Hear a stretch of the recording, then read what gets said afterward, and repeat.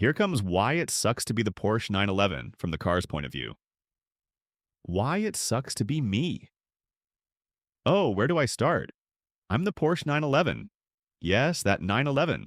The automotive icon, the overachiever of the Autobahn, the wet dream of aging finance bros and adrenaline-addicted 20-somethings with commitment issues. They call me legendary, timeless, a masterpiece. Sounds flattering, right? You'd think being a global symbol of status and speed would be glamorous. It's not. It's exhausting. First of all, I've been stuck with the same damn silhouette since 1964.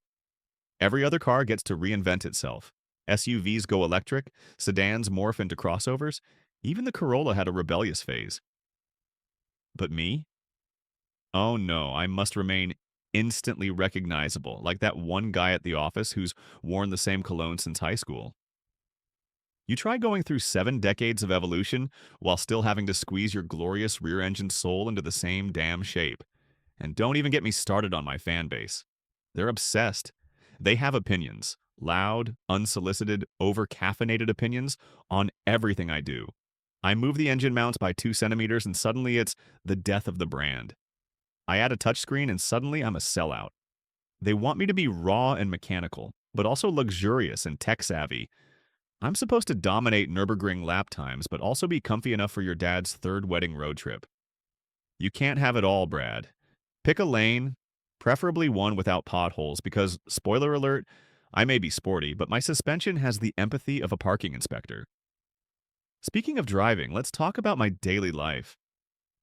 You think I get to gallop across open mountain roads every morning like some kind of caffeinated stallion? Number, I spend most of my time stuck in traffic between a diesel van and a distracted mom in an SUV, with my glorious flat-6 engine suffocating behind speed bumps and school zones. I was engineered to roar, but now I whisper. I was built to conquer, but now I idle in eco mode while His Royal Highness in the driver's seat fiddles with Spotify playlists. Half the people who buy me don't even know how to drive stick. They just want a shiny badge and a place to rest their overpriced sunglasses. Do you know how degrading it is to be reduced to a status symbol for people who break on green lights because they're texting? It's like being a purebred racehorse forced to pull a wedding carriage in a suburban cul-de-sac. And let's not forget the YouTube reviewers.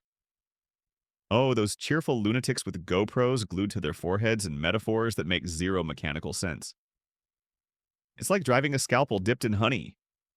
What the hell does that even mean, Jeremy? Every time a new model is released, they dissect me like a biology project.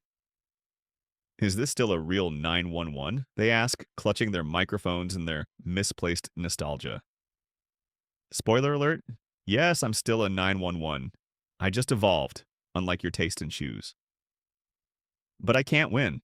If I don't change, I'm irrelevant. If I do, I'm a traitor. I'm stuck in a bizarre automotive limbo where I'm too fast for the real world and too refined for the track day bros who think an oil change is a personality trait. I'm haunted by my own legacy, forever compared to the good old ones, as if I'm some sort of disappointing sequel in a franchise that peaked in the 80s. Meanwhile, my cousins, the Cayenne, the Taycan, even the Macan, get to be modern, get to be practical, get to be driven by people who don't cry when they get a stone chip. Me? I'm supposed to be art, performance, heritage, fantasy, all while crawling through downtown at 15 miles per hour in 3rd gear with a teenager filming a TikTok out the window yelling, "Yo, rev it, bro!" I'm exhausted. My tires are tired. My soul is turbocharged, but my patience has no traction. I'm not even allowed to be loud anymore. Thanks to ever-tightening regulations, my once glorious exhaust note has been muted to the sound of a luxury espresso machine. And don't get me started on the EV future. There's a whole room of engineers trying to figure out how to make my electric successor still feel like a 911, which is basically code for, can we lie to your senses while killing everything that made me unique? They're gonna fake engine noise through speakers.